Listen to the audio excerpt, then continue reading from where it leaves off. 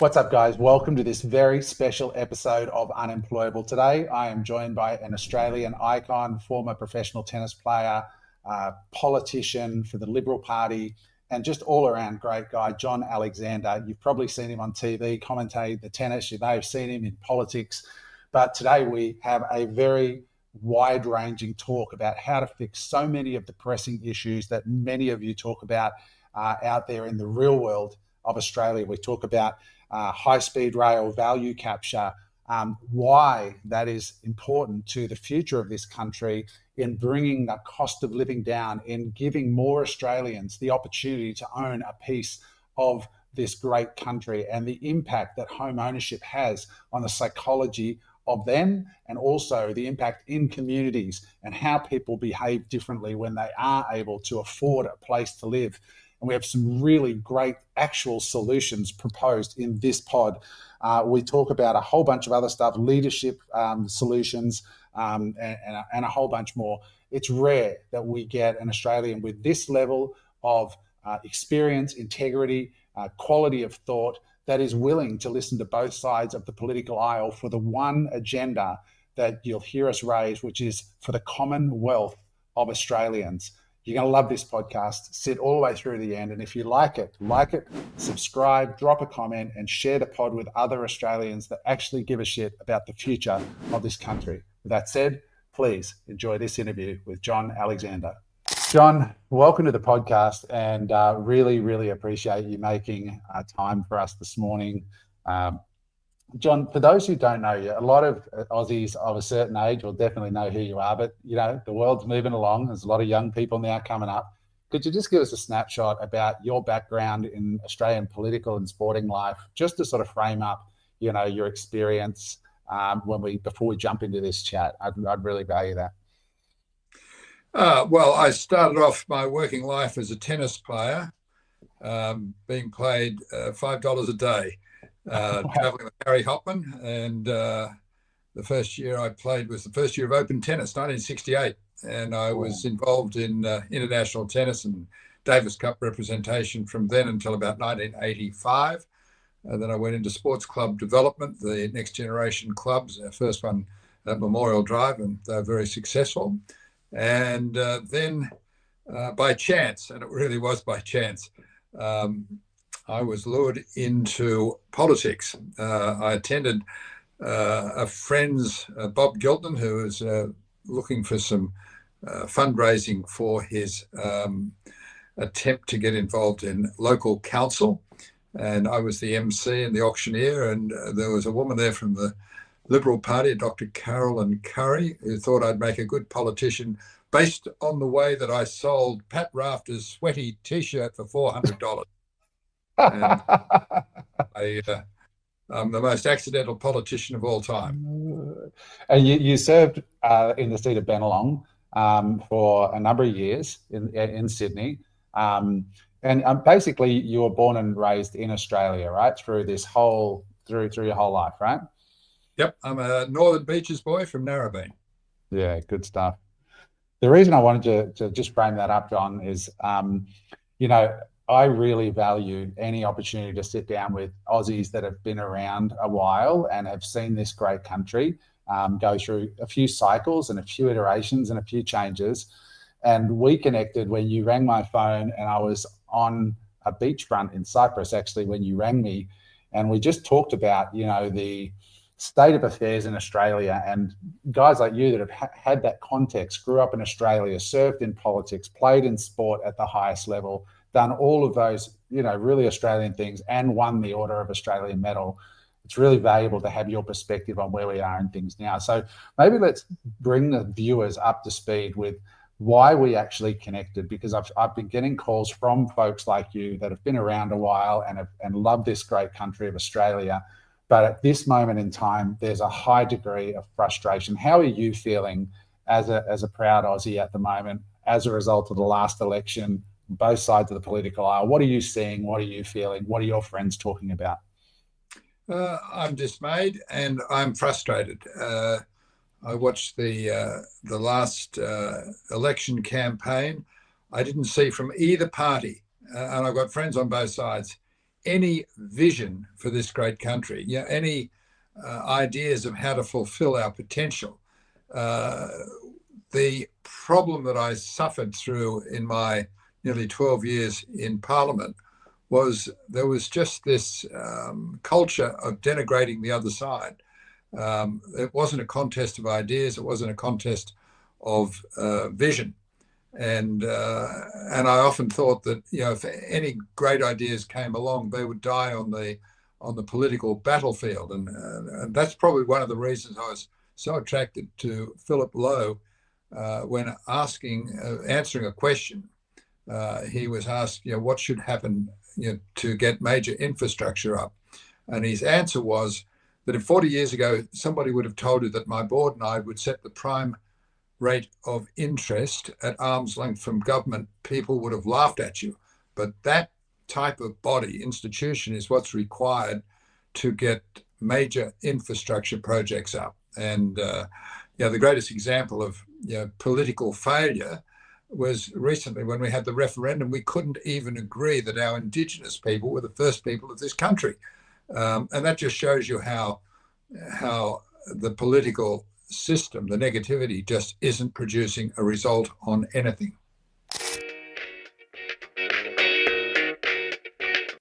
Sorry, didn't see you there. While you're here, actually, we've got a new coaching cohort that just opened up for the Unemployable Property Coaching Program that you get taught on how to become a property developer. One-on-one coaching, bi-monthly coaching, and also events where we get a full coach bus with all the students and go to 6-7 different development sites.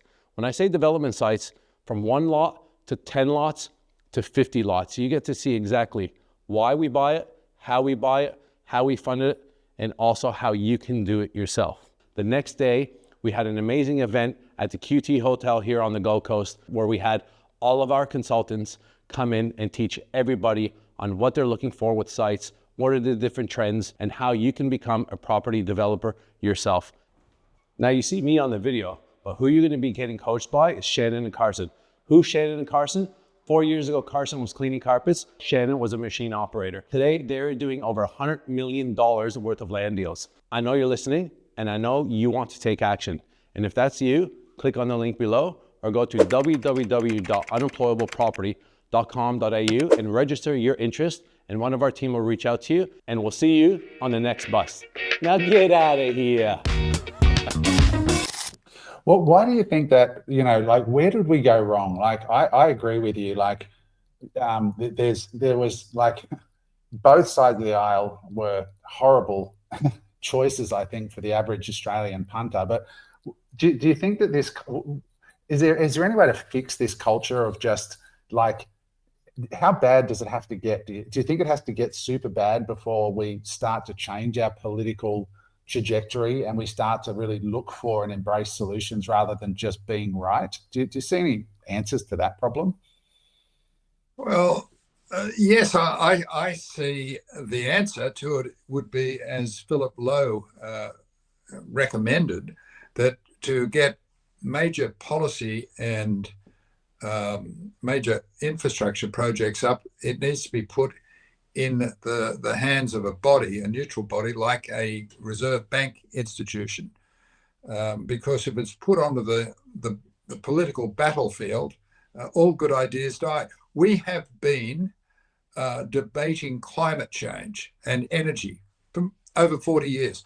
We have spent 45 years doing inquiries into the high-speed rail and spent more money, over $140 million on these inquiries, and we are no closer.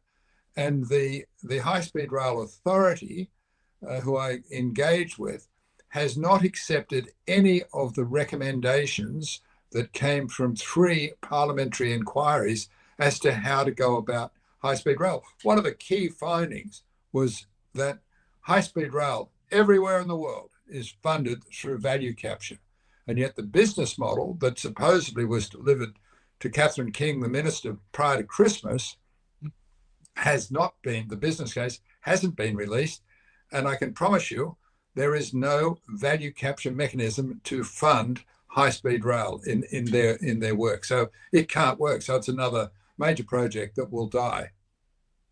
So I want to jump into value capture, because this has been something that you've really done a lot of work on. I read all the reports that you sent me prior to the podcast, and it's fascinating. Before we jump into what value capture is and why it's so powerful and potentially important, for those who are just joining this discussion, because a lot of our audience are just everyday people that are just trying to get by in this expensive and getting more expensive world. Why is high-speed rail such an important infrastructure project for Australia? What are the downstream benefits for the average person? Well, the purpose of high-speed rail is essentially not to get from Sydney to Melbourne, as might be put forward. It is to reduce congestion, housing costs from our major cities, and bring prosperity to regional areas, to actually have a plan of settlement to strategically decentralize and open up new cities and an abundance of affordable housing.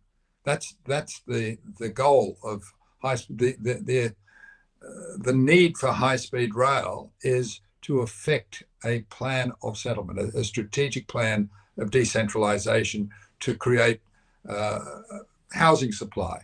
We've got two of the most expensive cities in the world. Sydney is second most expensive city in the world to buy a house to Hong Kong, and we're closing in on Hong Kong, and Melbourne's not far behind. And now, as of today, I think Perth is catching up.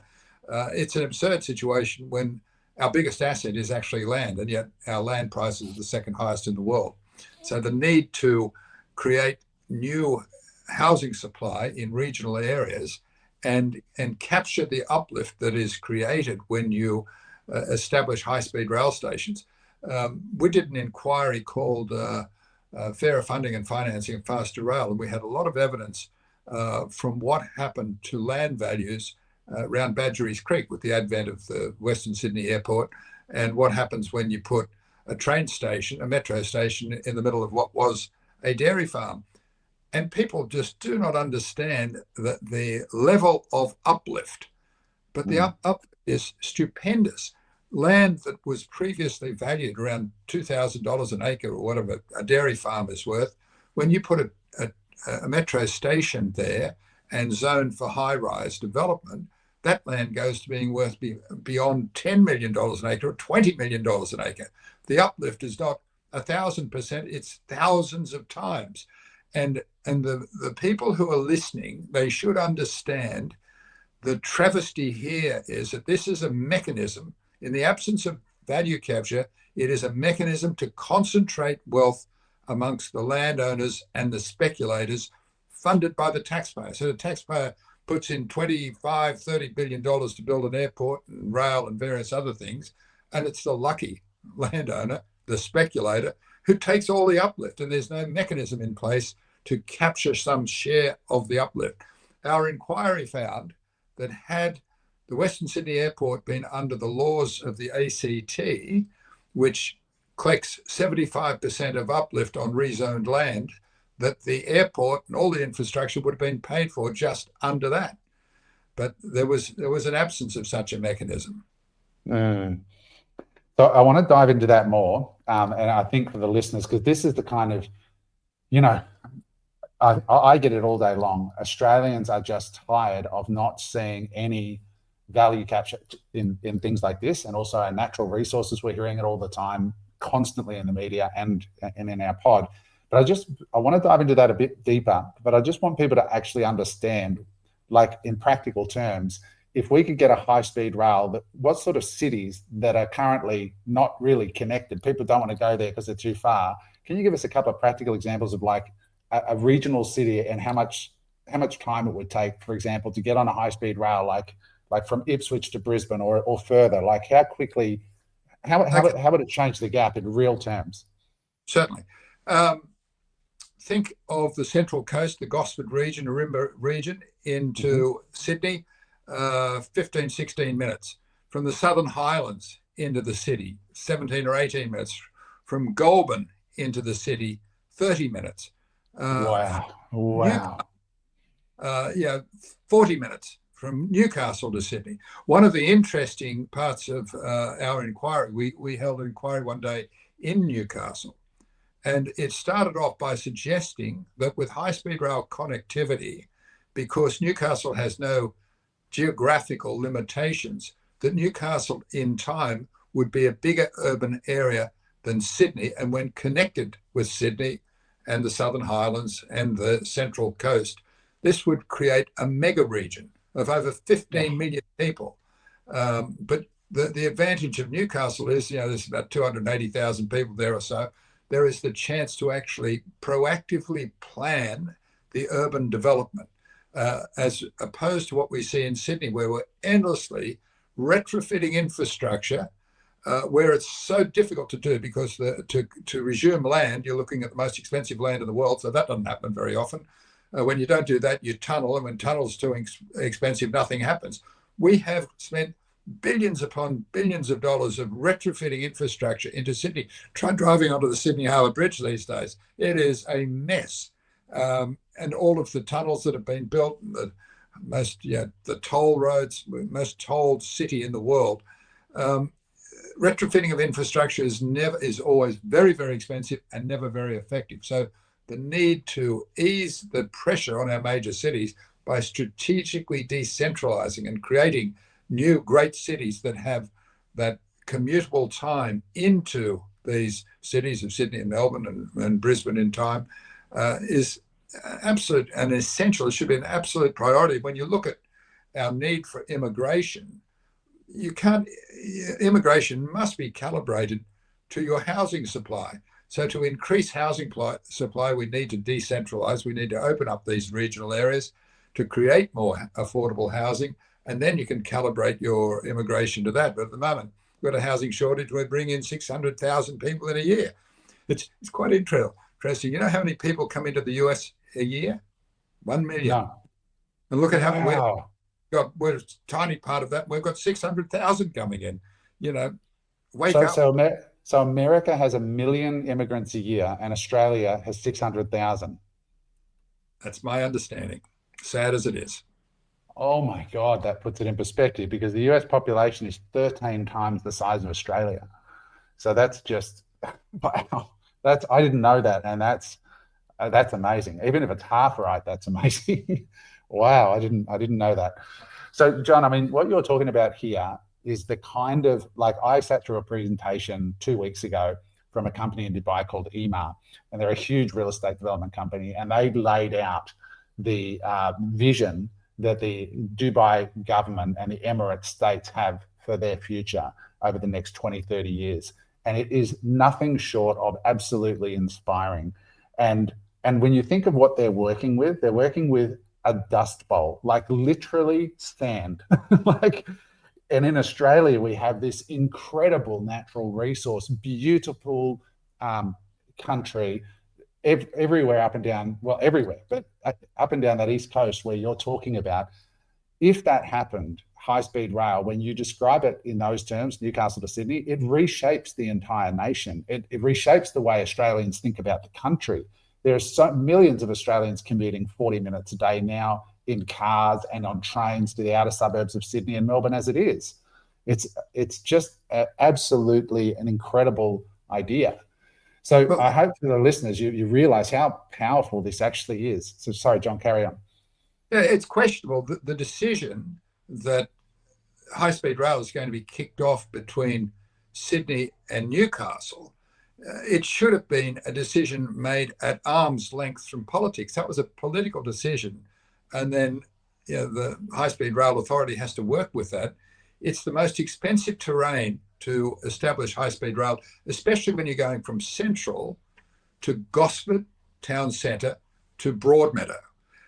Our recommendations from our inquiries would say the location of the stations is a very important issue to maximise the opportunity for uplift in the value of land. So Central doesn't have much of a chance. It's also very expensive going from there.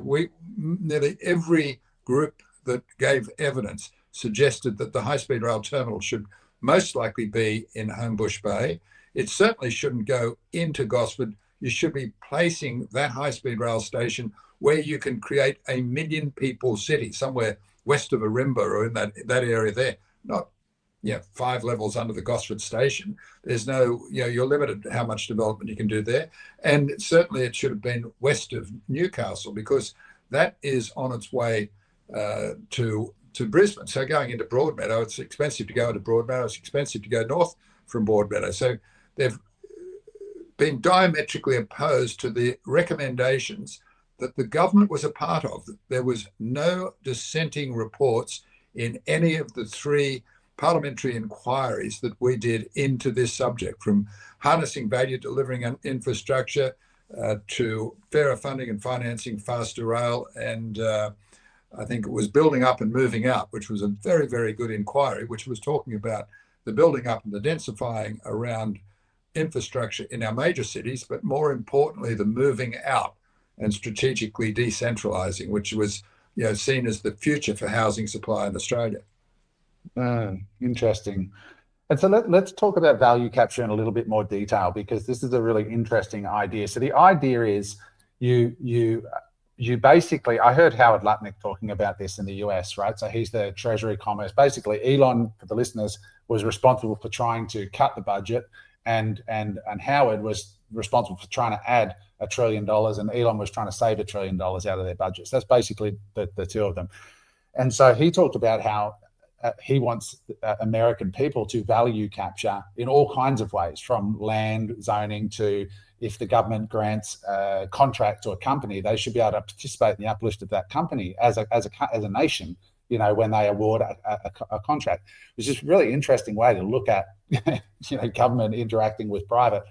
So how does it practically work in Australia? Let's say for this got agreed that we're going to build this high-speed rail. Obviously, they have to take land. Is that how it works? Or no. It's beautiful. It's looking at the unearned beneficiaries. So you've got people who own land, and then through their good luck, there's going to be a high-speed rail station established there, and there's going to be zoning that's appropriate to the high-speed rail station. So right around the high-speed station, there'll be high-rise, then medium density, and then suburban areas in this new city that's being created. So it doesn't touch anyone's existing housing. If you're in the hamlet of Mossvale or Barrel, and your house value is going to go up because you've now got high-speed rail at your doorstep to go into town, great, that's your good luck. But the land that has been rezoned, that's outside where the station is going to go, that's the land that is subject to a charge. Professor Andrew McNaughton gave fantastic evidence. He's the head of High Speed Rail 2 and a leading thinker in value capture. And his advice, and he made a final statement, and the statement was, before you make any announcements as to where a train station might be located, you must establish the current value of the land before you make any announcements, because once you make an announcement, 1 minute later, it's too late. So you've got to establish the current value of the land that you might make a charge on. So you can give the example of, somebody's got a farm outside of Goulburn, and they might have bought it 5 years ago, 100 acres for $100,000. And now that 100 acres is really close to the train station, and each acre might be worth $2 million. We'll call it $2 million. So it's now worth $200 million. So he's paid $100,000, and there's $200 million uplift. Now, even if the government was only to take 75%, that lucky person would be walking away with what, 50 million? I mean, he's doing too well. So you've got to really look at how this should be calibrated. In Canberra, it's 75%, and then the rest is also subject to capital gains tax. But everyone can be a winner. The lucky landowner can be a winner. The speculator who gets in there can be a winner, but they don't take 100% of the uplift that's been funded by the taxpayer. The government must be responsible when they invest the taxpayers' money. They should be looking at a fair return.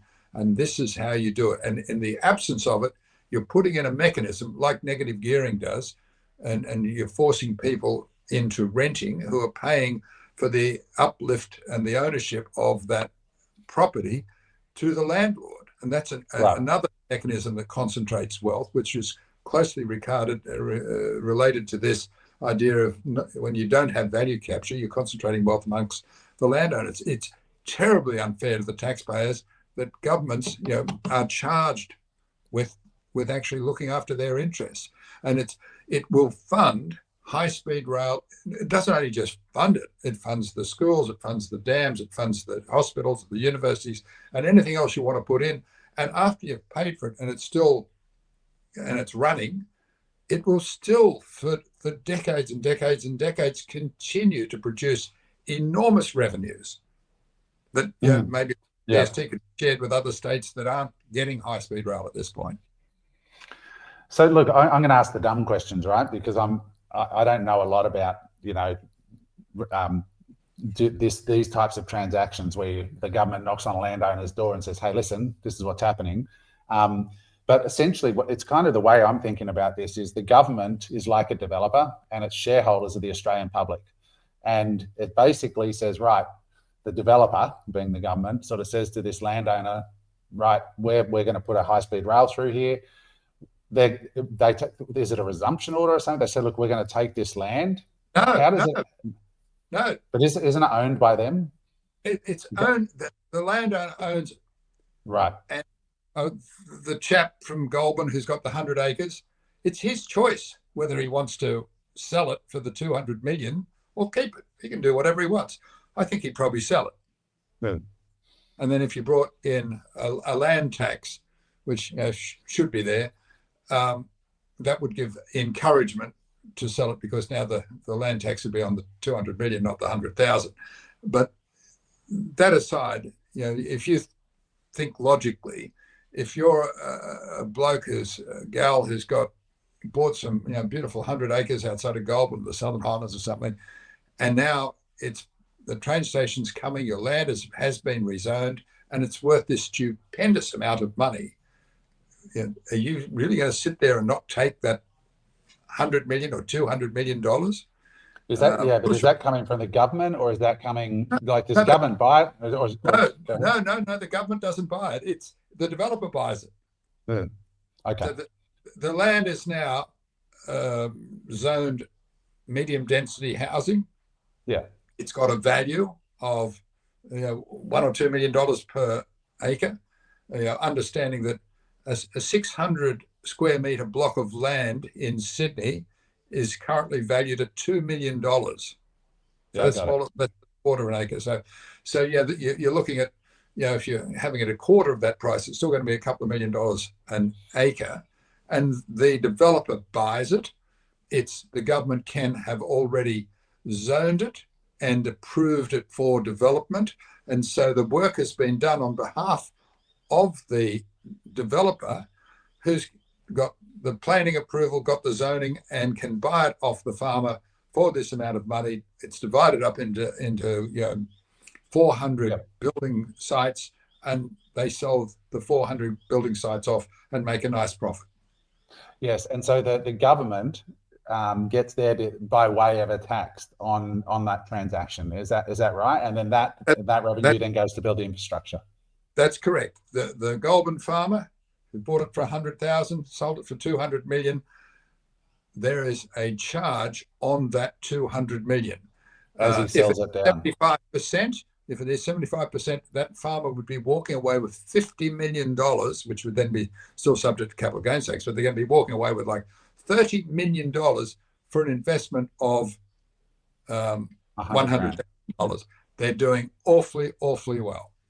So the farmer would then sort of say, okay, I'm going to sell this whole district here to a land developer, then another district maybe like to a commercial developer who wants to build a home centre, that kind of thing. And he sells it off, and there's a tax on those sales that were a specific value capture tax or something. And then the government with that revenue can build the infrastructure and everybody wins. That's basically it. That's right. It's funding not just the high-speed rail, but the other infrastructure, the provision of water, of power, of roads, of schools, of hospitals, whatever is decided the planning of that community, the proactive planning. We don't do planning in Australia. We only ever react, but we need to move into a proactive mindset for planning. And you're saying, well, we're looking at this area. We've got a clean sheet of paper. We're going to put this train station here. We're going to have a CBD here that's going to be 20 minutes from the CBD of Sydney.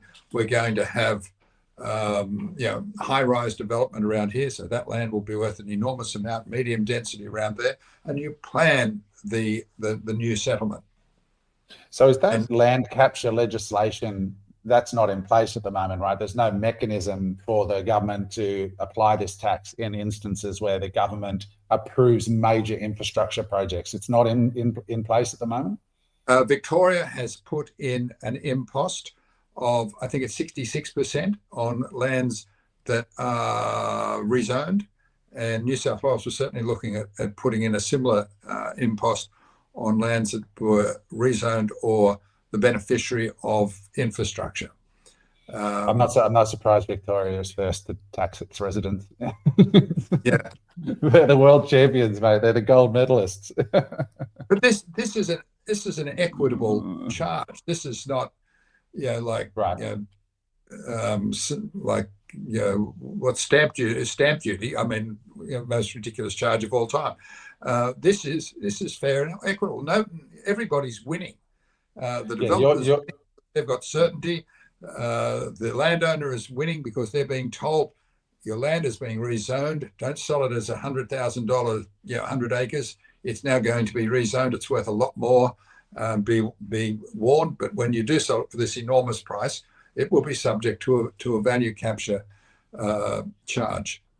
Yes, so this high-speed rail is actually like such a key, right? Like it redraws the lines of how people think about Australia as a nation, and it sort of enables this enormous unlock of affordable housing funded by the profit that is created through the government's initiative, and the shareholders of the government, being the Australian people, benefit, which is wonderful. And it blows my mind that this kind of logic dies on the political battlefield, as you said. Like, where are the losers in that situation? Like, what's the arguments against this? This is, I can go back to days when Dad and I used to deliver television sets in the Northern Beaches area. And he used to talk to me. I was probably about 7 or 8 years of age at the time. I was cheap labour. And he'd say that the barometer of the well-being of Australia was the percentage of home ownership. And during those years after the Second World War, we went from under 40% of home ownership to over 70% of home ownership. And that gave people, they had ownership of their community. They were invested in their community. They were more solid citizens. They were more stable families. They were more stable workforce. It was a golden era. But we're now at a time of having the lowest rate of home ownership in over 60 years. Young people have given up the opportunity. We'll never afford to be able to buy a house.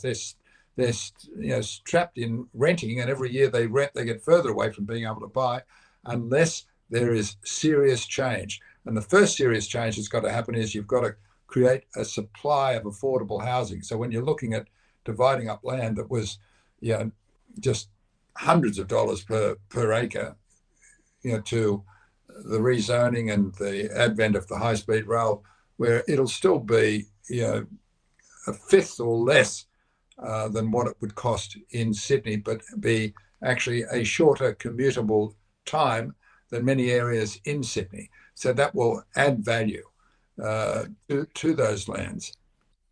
I mean, you're in Sydney. You're in the thick of it. You've been in the highest levels of politics and sport, and all your mates and network are, the who's who of Australia.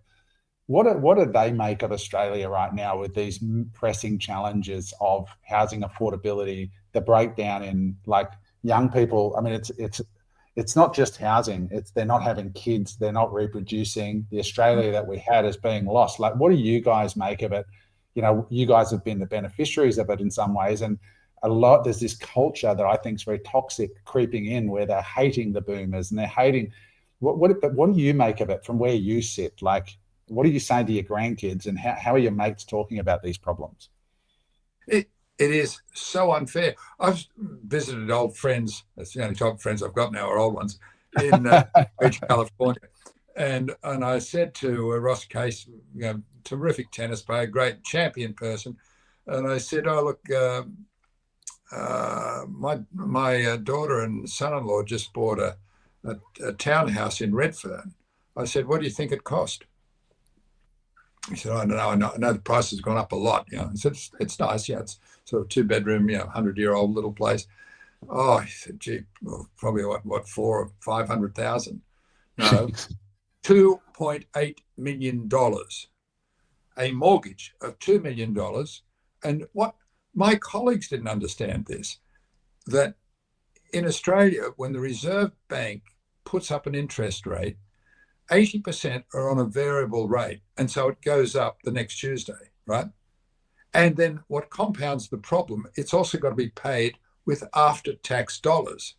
What they don't realize, in the US, your mortgage on your home is tax deductible, and you have 30-year fixed rate mortgages. So when their central bank puts up interest rates, it doesn't affect anyone who's got an existing mortgage.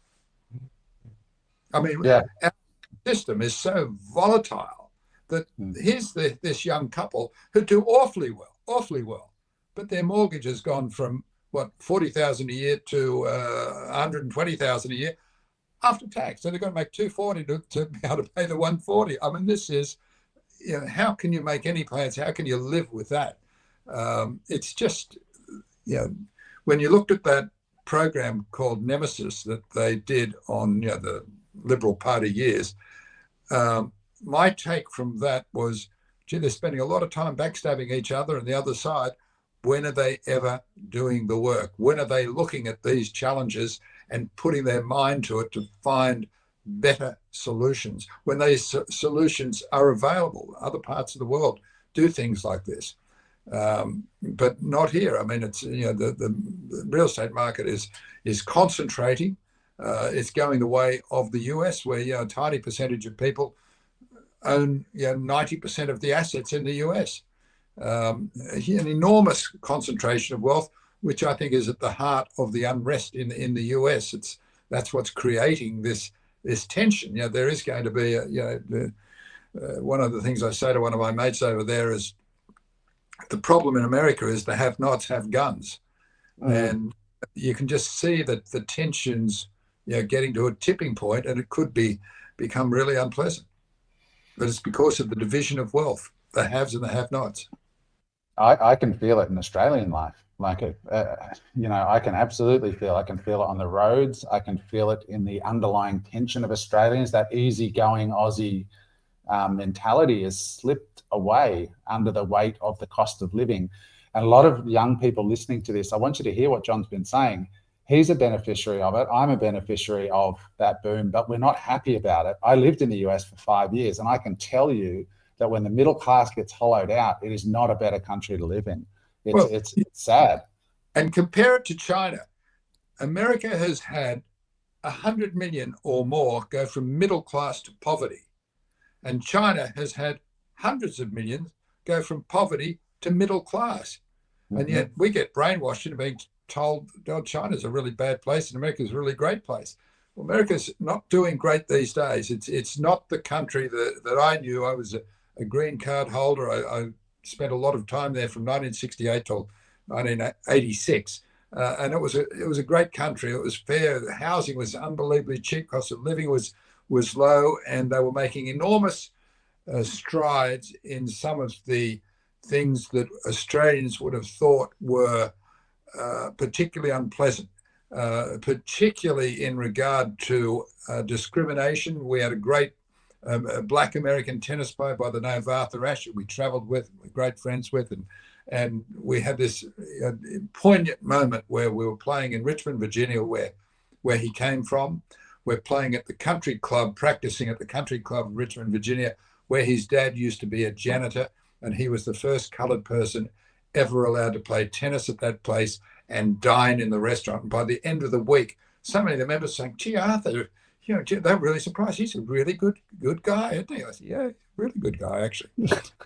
Except if you're playing tennis against him, he was generally too good. But other than that, yeah, terrific bloke. But he led that. It was a huge part of that movement to forge equality and get rid of the racism that was rife against black people in the US. Yeah, I couldn't agree more. America, I always say, has a great marketing department in Hollywood, but when you actually go there these days, it is not the country that it once was, and it's really quite terrifying. And for me, when I've studied this deeply, when they went off the gold standard, that's when everything started to decline. From that point on, when money was able to be printed infinitum, inflation set in, and those who had the assets and had access to the free money win, and everybody else is lost. And unfortunately, in Australia, unless we get some significant new ideas like what you're talking about here, I am not super excited about where we're heading as a country. We need real intervention. We need to rebirth Commonwealth of Australia. Literally, wealth can be and should be common in Australia, therefore Commonwealth. At the moment, you've got to drop that name common. It's just Australia. We're going towards being a kingdom. The way we're going, what actually happens in the end is one person owns everything. If you don't put in mechanisms to tame this extraordinary beast that is the biggest economic sector is housing. And it was very interesting. There was a comment by Hank Paulson when they all got together 10 years after the global financial crisis. And his comment was, really the origins of this crisis was when housing went to be for a sector that was for shelter to being an investment sector. And I had to think, oh yeah, and how long has it been an investment sector in Australia? Even those that are buying a house as their home, it's really both eyes firmly on, this is our way to get rich. We'll own this home, it doubles every 7 years, and it's not taxable, and this is where we get rich. And then you've got the big shift. I think it used to be a third. There was a third that was owned outright, a third that was on a mortgage, and a third was investment properties. But that investment properties are knocking on 40% now. And so that's a rapid change in a relatively short period of time. But unless it is addressed and arrested and better laws put in place to give a fair go to the next generation to buy a stake in Australia, we will really suffer. I've never heard that turn of phrase, how you just put it before Commonwealth. I've heard it a million times, obviously. I grew up in Australia singing the national anthem every week at school, but I've never heard it really. It really rings true and hits hard, hits different now in the world, the Australia that we have today, Commonwealth. And of all nations, it is a country that should have enormous commonwealth. I've interviewed John Howard twice. By the way, you look like you could almost be his younger brother. It's amazing the resemblance of the two of you. But he said to me when I sat in his office there in Sydney, overlooking the harbour, he looked out the window and he said, "Adam, we are just so blessed with our resources in this country. The number of times that it has saved us. But it just doesn't seem to be trickling down. We have this enormous, we have a beautiful infrastructure. We're safe. We don't have guns. There's so many where it's placed, politically placed, or geographically placed in the world. It's such an amazing nation that is just being absolutely ruined by lack of leadership and lack of a contest of ideas. And I think social media has pushed everybody to the edges. It's like nobody wants to be in the middle. Like I've interviewed you, and you said openly just here, both sides of the political aisle were disappointing. I interviewed, what's his name last week? I sent you the link to it. But he was saying, very, very wealthy Sydney business guy, hundreds of millions of dollar net worth. And he said, I actually have been doing work with the Greens and I nearly fell off my chair. Like, when was the last time you heard a guy on the rich list say that he was working with the Greens, right? And he said, because in this particular area, it's better for Australia, what they're proposing. And I was like, wow, this is incredible. This is what we need. We need more people willing to sit down and have a contest of ideas to create a vision for this country and put politics to the side for a minute, because it's just like, honestly, it's such a tragedy what's happening. It's just... Well, I was arguing with the Assistant Minister for Housing, I think it was Alex Hawke, and saying this is what's happening. This can be arrested through having a mechanism that can be adjusted to control investor-driven inflation by adjusting the percentage of deductibility of that investment until you can cool the market down and gradually allow the home buyer to come back into the market. And Alex said, we're good friends, we play squash together, and he said, hey, you're in the wrong party. And I said, oh, very well, I can arrange that to change by midday. I think it was about 11 o'clock. I used to play tennis in Albanese. And yeah, just sort of attacked me on, this isn't our doctrine. No, this is good policy. If you're going to get, I argued with Tony Abbott, who I thought was really decent person. Didn't stop me from arguing with him. I said, how many votes do you get if you get a young couple in a house, Tony? He said, oh, well, 2. I said, no, you don't. You get 8. How do you work that out, John? I said, well, every person these days has 2 biological parents. Nearly everyone's got a step parent as well. So you've got 2 parents for the one partner, 2 parents for the other, and that's you've got the couple. You've got 6, and then you've got 2 step parents. So you've got 8 people that are going to vote. This is the greatest vote winner of all time, but you're winning it because it is a good policy that's allowing young people that buy into Australia, that taking a stake in Australia, having all of the benefits that come from home ownership. And it might seem, oh, well, it's a bit old and it's a bit quaint.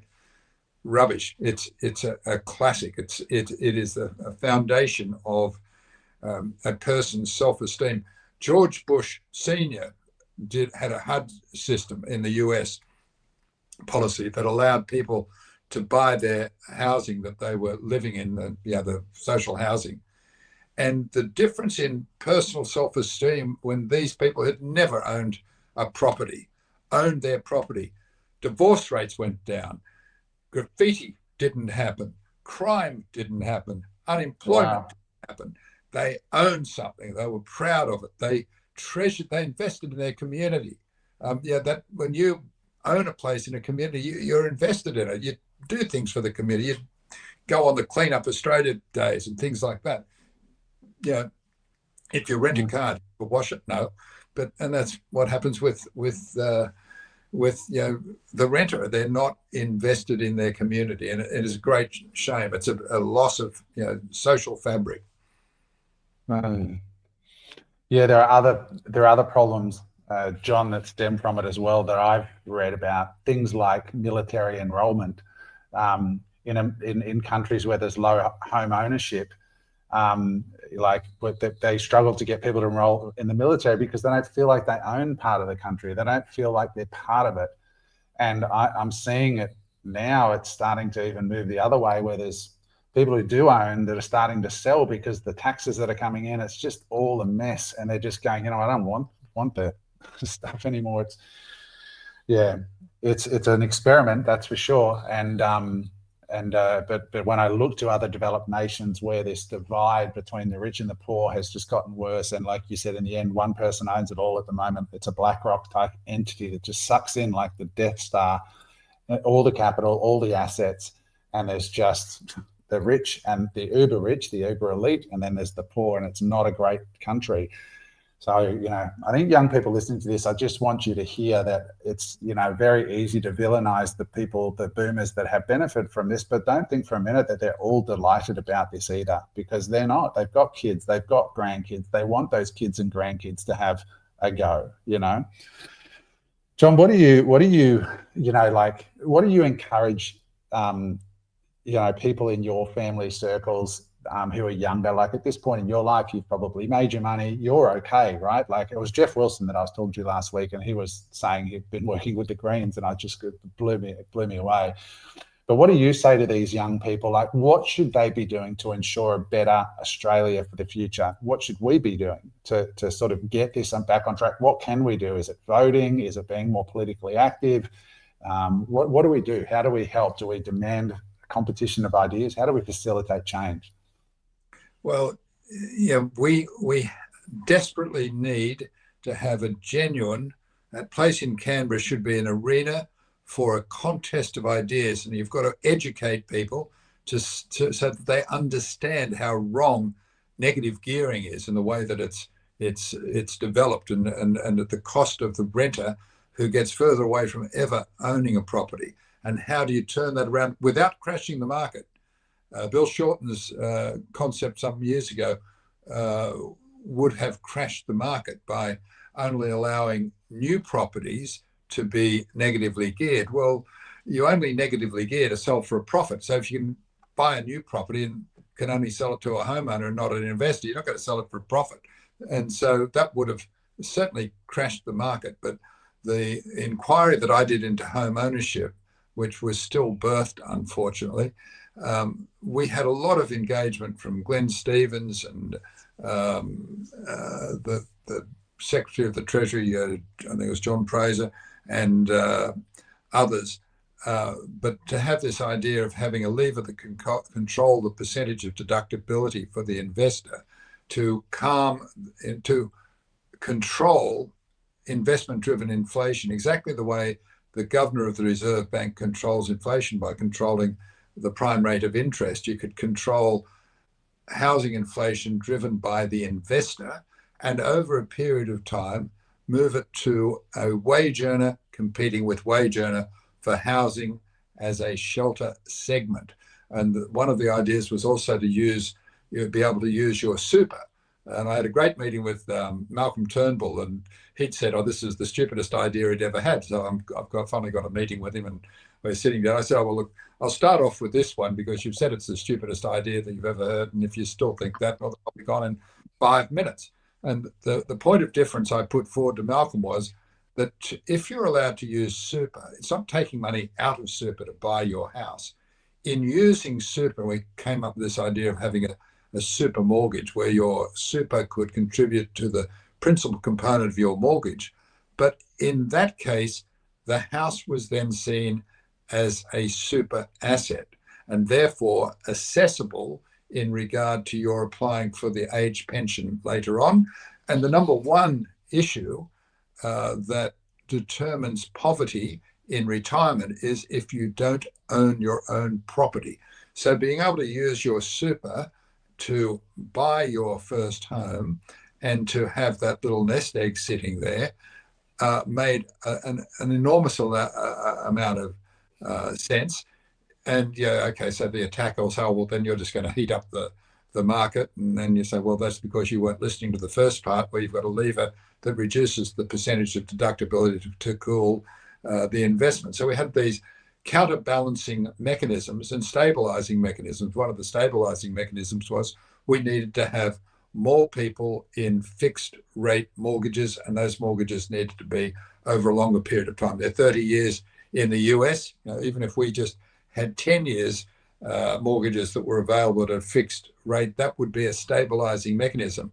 But get these ideas out, make them common knowledge, let people debate these things over summer barbecues, and then judge those people who are seeking office on, are they engaging in these debates? Are they coming up with real reasons, not the trash that we see where the facts are the first casualty of every debate. I mean, how infantile the debate was over nuclear energy. I mean, the incorrect information put forward, not to pick on the Labor Party, but it was just an absurd argument to say anything just to win the argument. That when it was so untrue, I kept on putting out that it was $600 billion to build these things. It was just not true, and that's where our politicians lose credibility. I mean, as I said, my little bit nemesis. The number one thing you expect of your politicians is that they have integrity, they have honesty, they're trustworthy. And if somebody's got a Bible in the hand, you probably expect that in spades, and it's not what we've had in recent times. And so, I think Anthony is a really decent guy, and I think if he would engage in these things, he's got a mandate that he could lead this country in a way where we go back to being a fairer society. Instead of make America great, we could say make Australia fair again, or make Australia a Commonwealth again. I think that has huge appeal. But it's got to be started, and it's got to be started with as much education as you give to people to understand what value capture is, to understand how you generate housing supply. You hear the argument all the time, oh, here's the problem, here's the problem, here's the problem. Don't tell me the problem again. And you might not like my ideas, but don't tell me my ideas aren't any good unless you've got something that's better. And then we've got a contest of ideas. And if I've only just kicked the argument, the competition started and somebody comes up with much better ideas, great, fantastic. Yeah, I spoke to Gerard Rennick, and he was another guy like you that had some original ideas around a sovereign wealth fund, and but again, he just got smashed politically, which is a shame. I mean, I was interested in your comment about Albanese. You think he's a great guy. I mean, I totally disagree. I think he's a terrible leader, but I don't know him, so I got to. Leader, I said he's got good bloke. He might be a good bloke, but Jesus, some of the stuff that's coming out of Canberra, I'm like, dude, what are you doing? Like, you're bankrupting this country from under people's feet, and in the name of political correctness, and the ridiculous stuff coming out of Canberra for business owners. It's just like, I represent small business owners. That's my passion. I just think they're the most underappreciated, abused workhorses that get dumped into the same category as big business. They're going broke left, right, and centre. The compliance is out of control. The people who are actually producing are just getting absolutely fed up with funding these left socialist bullshit policies, and that's why I say I was surprised. Yeah, he might be a good bloke, but he's bankrupting the country, in my opinion. When I was first campaigning and door knocking in 2010, and we door knocked 10,000 homes, and some of my colleagues, they'd say they door knocked, but it was their office that door knocked. I actually did the door knocking. The first thing I learned on the first day, I'd had my old shoes resoled in rubber. And I found out after the one day, I was wearing my Dunlop Volley OCs. But what we learned door knocking, talking to people, and all the issue at the time was, global warming and, green energy and stuff. 2 people in 10,000 homes raised that as an issue. And I should have worked out, because one of them had a Prius in front, and the other was a wife of a famous cricketer whose name I won't mention, but she was really hostile towards the Liberal Party. But what I'm seeing now, and it'd take about 8 weeks to get through into the press, I've got a great mate who's a very well-known banker in the Southern Highlands, and he said in Robertson, 3/4 of the small businesses have closed down. And when you put your eye to it and you go around and you start looking for it, you're seeing it happening everywhere. Here in Balmain, where I live, there's probably 3 or 4 of the coffee shops have gone broke in recent times. It's a little barometer that's telling you things aren't great. The cost of compliance, the cost of doing business, cost of employing people. The worker protections, people can't hire them anymore. Like, Australians can't afford Australians. And that too is hollowing out the culture. The corner milk bar is gone. You don't go in and get a bag of lollies from, your mate's grandmother who runs the shop. All these little businesses are just going broke left and right. Anyway,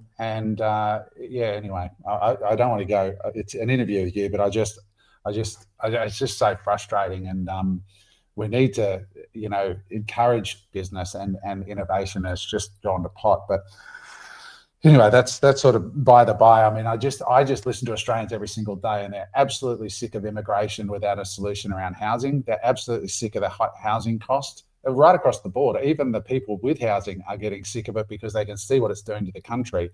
And it just seems that Canberra's not listening, and there's no solutions coming out of Canberra. And what you suggested on our phone call, I'd love to do something like that, where you said, let's get some people like Philip Lowe and yourself and John Howard and people from the other side of the political aisle as well, and get a decent moderator, has some balls, that can actually keep everybody on track towards the objective, rather than turn it politicizing it. And I don't know how we can facilitate that, John, but if you have any ideas, we would be all in to support that. I think we call it the All Stars, and you get Philip Lowe, you get Ken Henry, you can get John Howard, Mark Burrows, a banker who's got the most extraordinary project to water Northern Australia.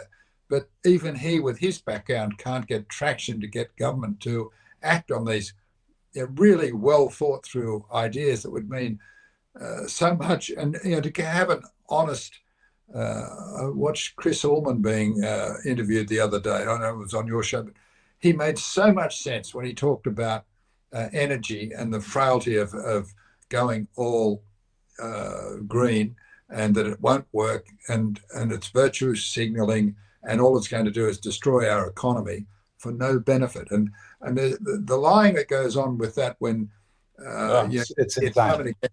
If we don't stop burning coal, we'll lose the barrier reef. It doesn't matter what we do. It's a global problem. It needs a global solution. The lie of, if we do this, we save our land. That's untrue. It's total bullshit. And Gerard Rennick talks about this, and we've got a lot of smart people in this country, but we're not bringing them together, and we need to bring them together in an apolitical environment and start solving these problems. And this is what I was getting at with Canberra. They're virtue signaling at the expense of Australia, at the expense of the average family that can't even afford to bloody feed themselves or have any kids. Marriage rates are dropping, enrollments in military is falling away, the middle class is being hollowed out, and immigration's, unchecked. And these are the things that are frustrating the average Australian right now.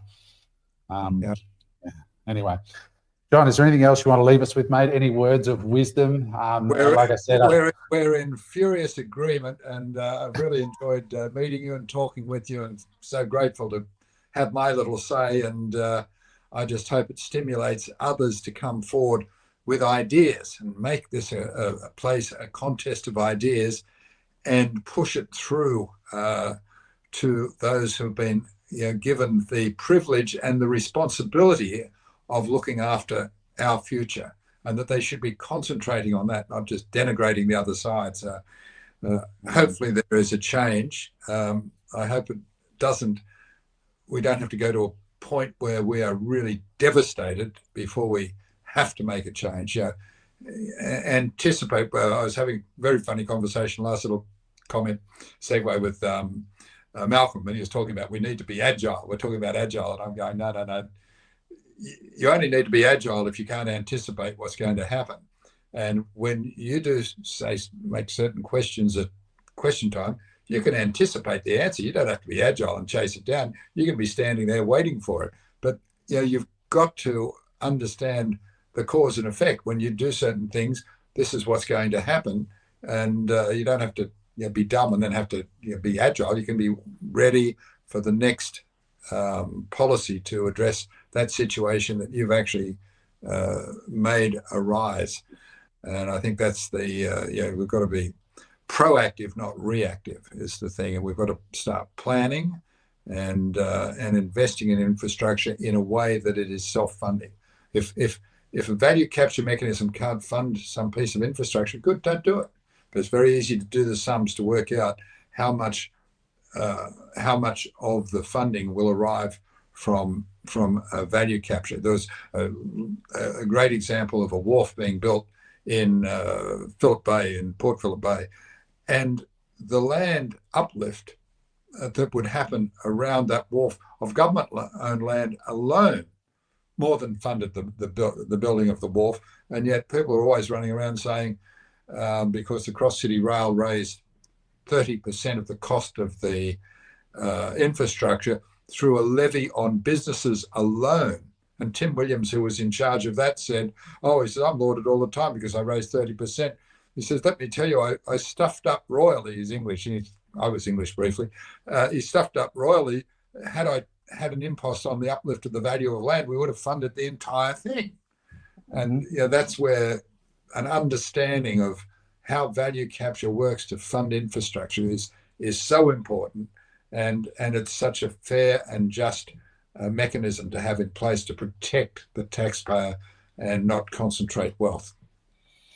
This is where you can't have career politicians in Canberra running around that haven't had a day's experience in business running the country. You need people who actually have an understanding of how business works as well, in my opinion. That's, it's just not being run in any way. I don't think you can run a government like a business completely, but we do need some commercials brought into the way things are being done, or we're not going to fix these problems.